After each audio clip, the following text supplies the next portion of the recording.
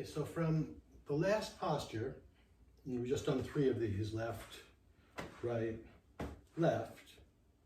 Now, we're going to lower that left arm and see how the hands goes yang. It'll go slightly yang on the way down. And then we're going to swivel. We're going to turn our arm a bit so that we're going to be leading with the back edge of our arm. And then the hand will go yin. So from here, the hand will go yang and yin as we turn it over. And that signifies a strike, see? Strike. Flicking the wrist. So now, when we do that, see the sweeping motion? It has to come across in front of the body. Sometimes you'd see it done like this, which is absolutely incorrect. The arm will end up in the same place pretty much, but if you misunderstand the movement, you might think of it like a spearing the fingers down, leading with the fingertips. And that, of course, you run a real risk of breaking the fingers and being ineffective with the block. So, so just think of this little arc down, and the arm comes across your body. The right hand in this instance, as the left hand is coming down going yang, the right hand goes a little bit yin, so that it is all set up to hit down and flick yang on top of this area right in here on your forearm. See? And you can actually hear a little something, and that can hurt. So you start out kind of gentle and then figure out how hard you can hit that as you practice it. Okay, so from here, and as you finish the swivel, it's flick your left wrist and flick your right wrist.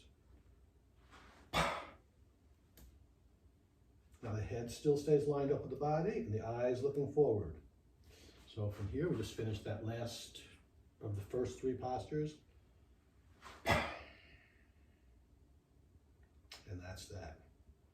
Now, let's go back to just the footwork for a moment, because what we're going to do is, I'm going to come forward a little bit. Just put my heels on this green line. I think you can see it there. So, we're getting the swiveling done. Let me just off the green line, okay? So we're getting our swiveling. So now, with the leg that has the weight, we're going to take a step. Now in our slow form, to take a step, we shift our weight, roll the foot up, take a step, come forward. In the small Sau, we don't have that luxury. We can't do that. We have to step directly with the leg that has the weight. So what we're going to do is just kind of fall forward into the step and drop into it. And I'll just do it and then I'll explain a little more. And my hips are absolutely squared on to the north. So from this, I'm facing on an angle. I don't want to just do this. My body is still on an angle. This foot has to open up a bit, and my hips open up to where I'm squared off to the front, facing front. We'll call it a bow stance. It is a bow stance, but it's going to be a very small bow stance. So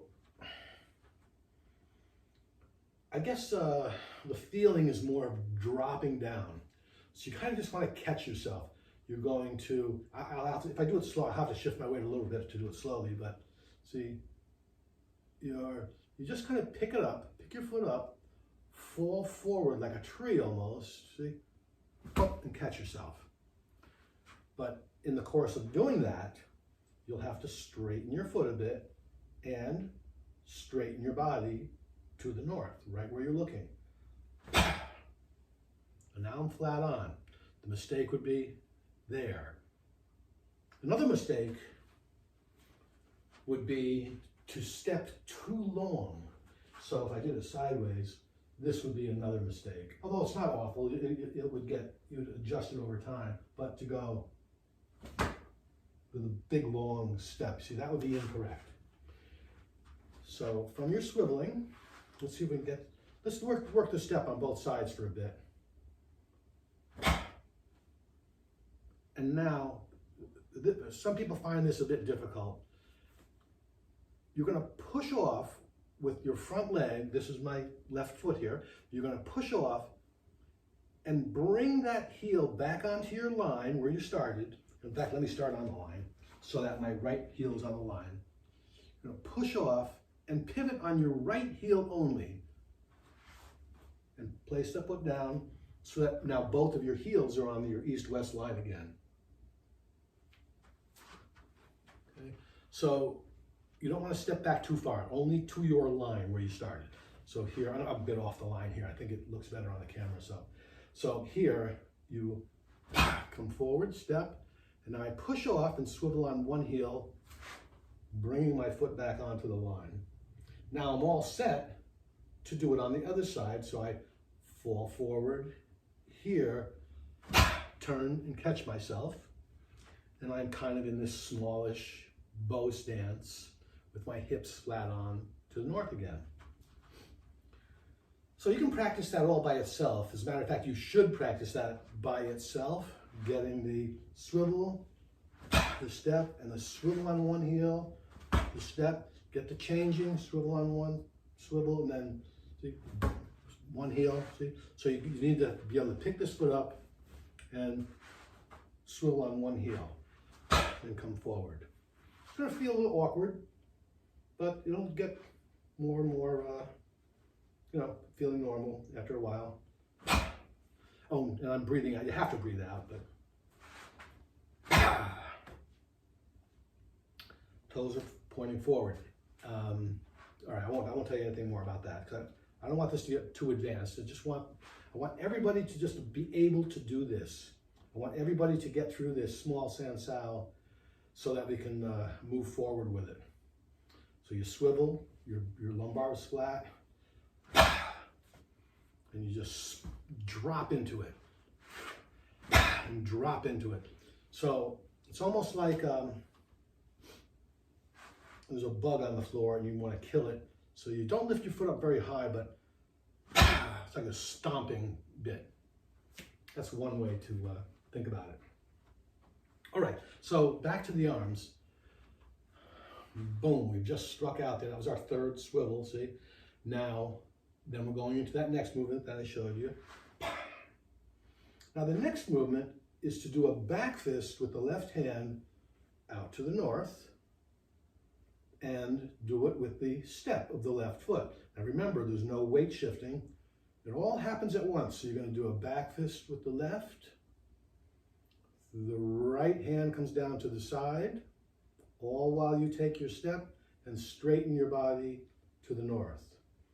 Now, I have to shift my weight a little bit again, just to show you, to do it a bit slow. My wrist is in my center. See? I probably should move over a bit. There. So, bang, bang, pow!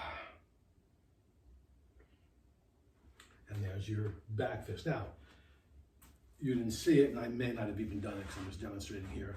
The fist actually forms when the wrist bends, see?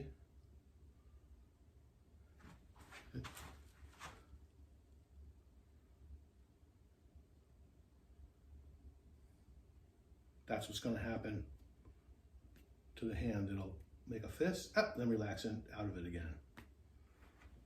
So your wrists have to be quite a bit relaxed as you do this. So let's do that again. So that's the next movement. So we do our hinge block.